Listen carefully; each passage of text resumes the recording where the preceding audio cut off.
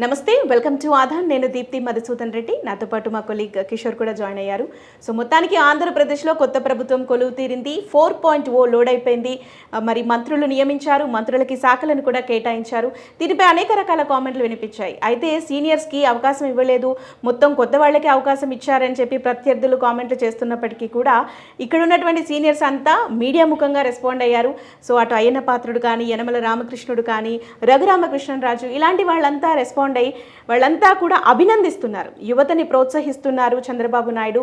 So ఇది చాలా అభినందనీయం అంటూ కూడా వాళ్ళు చెప్తున్నారు. కానీ ఇప్పుడు అందరూ కూడా చర్చించుకుంటుంది ఏంటంటే, మరి స్పీకర్ ఎవరు, డెప్యూటీ స్పీకర్ ఎవరు, చీఫ్ విప్ ఎవరు, మరి ఒక్కరుంటారా ఇద్దరుంటారా చీఫ్ విప్లో అని చెప్పేసి కూడా రకరకాల అనుమానాలు అవుతున్నాయి. సో ప్రస్తుతానికి ఎవరికి ఇచ్చే అవకాశం ఉంది ఏంటి అనేది మాత్రం ఈ వీడియోలో తెలుసుకుందాం.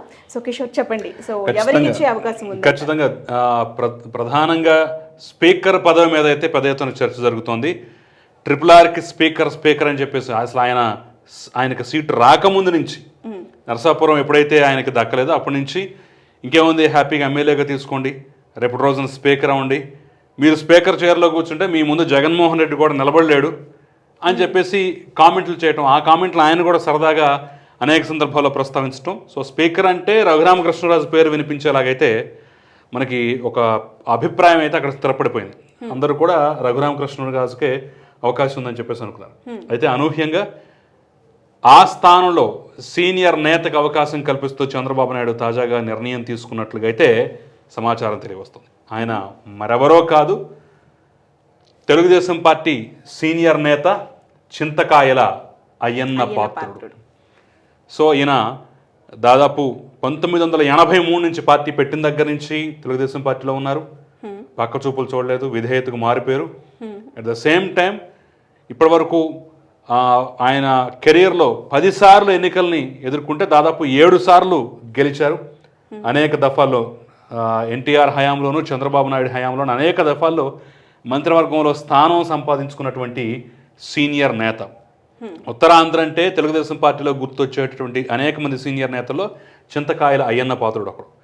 ఇక 2019 నుంచి 24 వరకు జగన్మోహన్ రెడ్డి సర్కారులో ఈయన చేసినటువంటి పోరాటం, ఈయన చేతికి నోటికి పని చెప్పినటువంటి తీరు, ముఖ్యంగా ఆంధ్రప్రదేశ్ సిఐడి పోలీస్ వ్యవస్థ ఈయన ఇబ్బంది పెట్టినటువంటి విధానం, ఈయన అరెస్ట్ చేసేందుకు ఏదో పాకిస్తాన్ బోర్డర్కి వెళుతున్న రీతిలో హంగామా చేయటం, అర్ధరాత్రి 3 గంటలప్పుడు ఒక 200-300 మంది పోలీసులు ఆయన ఇంటిని చుట్టుముట్టి తలుపులు బద్దలుగొట్టి మరీ తీసుకెళ్లే ప్రయత్నం, ఇవన్నీ చూసిన తర్వాత ఖచ్చితంగా అయ్యన్న పాత్రుడికి ఈసారి మంచి పదవి రాబోతుంది, వచ్చేటటువంటి అవకాశం ఉందని చెప్పేసి అందరూ ఊహించారు.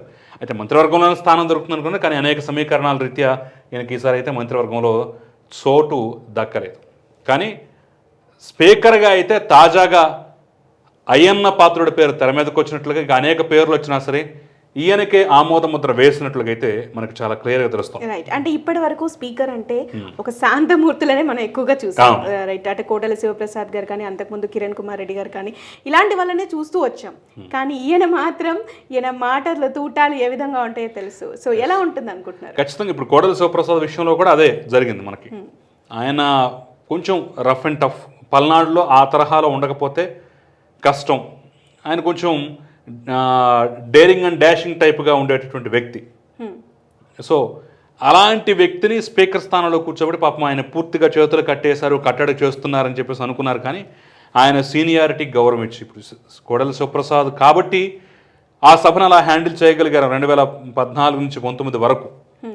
ఎందుకంటే అక్కడ జరిగినటువంటి గొడవ, గలాట, రభస, కొన్ని అగ్లీ సీన్స్, ఇవన్నీ అసెంబ్లీలో మనం చూసినటువంటి నేపథ్యంలో ఆయన కాబట్టి, ఆయన సీనియారిటీ మీద నమ్మకం ఉంది కాబట్టి ఆయనకు ఆ అవకాశం ఇచ్చారు, ఆయన దాన్ని నిలబెట్టుకోగలిగాడు అని చెప్పేసి కూడా అనుకుంటున్నారు.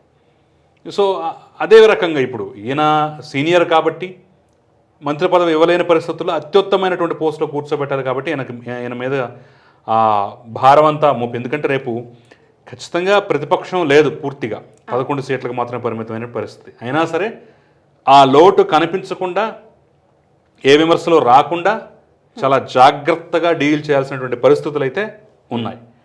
కాబట్టి సీనియారిటీకి, విధేయతకి పెద్ద పీట వేస్తూ ఈయనకైతే ఈ యొక్క అవకాశం కల్పించినట్టుగా మనం క్లియర్గా అర్థం చేసుకోవచ్చు. ప్రత్యర్థుల్లో కూడా ఈసారి ఫైర్ బ్రాండ్స్ అంతా ఓడిపోయారు.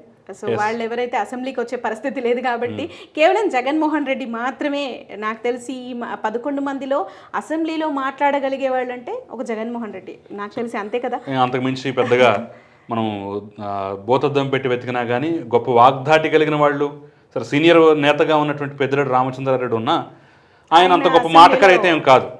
ఆయన మాటల తోటాలు పేల్చగలిగేటటువంటి వ్యక్తి అయితే కాదు. ఆయనంతా ఆయన పని ఆయన చేసుకుంటూ పోయే వ్యవహారం తప్ప పెద్దగా ఇది లేదు కాబట్టి ఆ భారం అంతా జగన్మోహన్ రెడ్డి మీద పడుతుంది.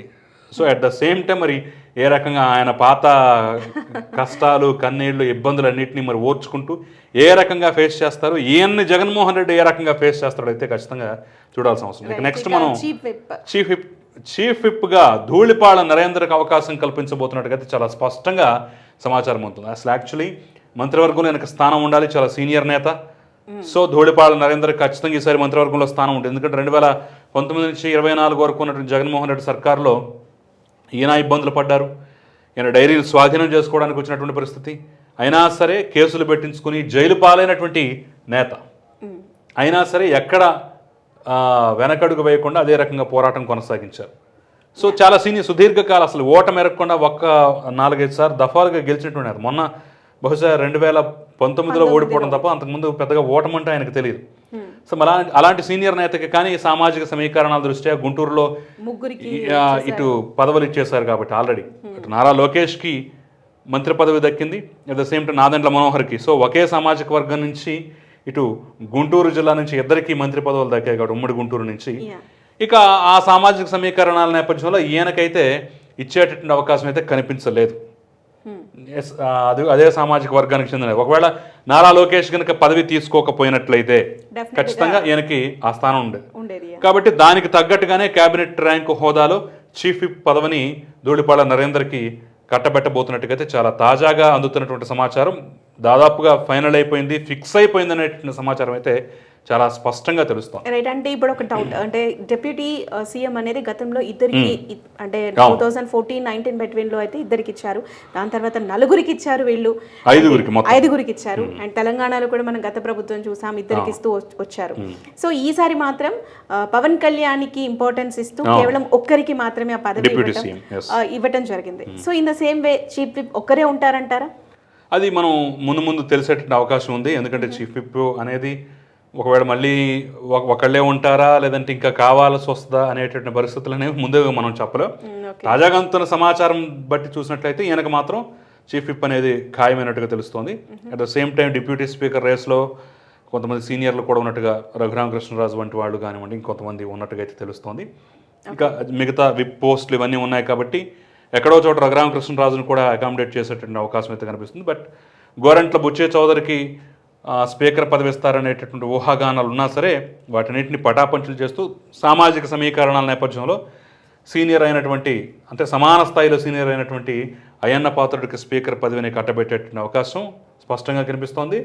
చీఫ్ విప్గా సమర్థుడు, వాగ్దాటి కలిగినటువంటి వాడు, అనేక సమీకరణాల వల్ల మంత్రి పదవి దక్కించుకోలేకపోయినటువంటి ధూళిపాళ నరేందర్కి చీఫ్ విప్ పదవి అయితే ఖాయమైనట్లయితే చాలా స్పష్టమైనటువంటి సమాచారం అయితే. రైట్. ఇంకొక విషయం ఏంటంటే చిత్తూరులో కూడా ఎలాంటి మంత్రి పదవి దక్కలేదు అంటూ కూడా చిత్తూరు ప్రజలు చాలా మంది మాట్లాడుతున్న తరుణంలో వాళ్ళకి అక్కడి నుంచి కూడా ఒక పదవి ఉంటుంది అనే ఊహాగానాలు కూడా వినిపిస్తున్నాయి. ఎవరికైనా ఇచ్చే అవకాశం ఉంది అంటారా? ప్రస్తుతం అయితే ఆ యొక్క అవకాశం అయితే లేదు. బహుశా మంత్రి పదవులు దాదాపుగా పూర్తయిపోయినట్టే ఇప్పట్లో అయితే అవకాశం అయితే కనిపించలేదు. చిత్తూరు నుంచి ఏకంగా ముఖ్యమంత్రి ఉన్నారు కాబట్టి ఇంకా అవకాశం కూడా ప్రస్తుతం ఆయనకైతే లేదని మనం అనుకోవచ్చు. మొత్తానికైతే తాజా అప్డేట్స్ ఏంటంటే ధూళిపాళ నరేందర్కి చీఫ్ విప్, అయ్యన్న పాత్రుడికి స్పీకర్ పదవి అయితే దాదాపుగా ఖరారైపోయింది. 100% అతి తొందరలోనే ప్రకటన వచ్చేటువంటి ఛాన్స్ కూడా కనిపిస్తోంది.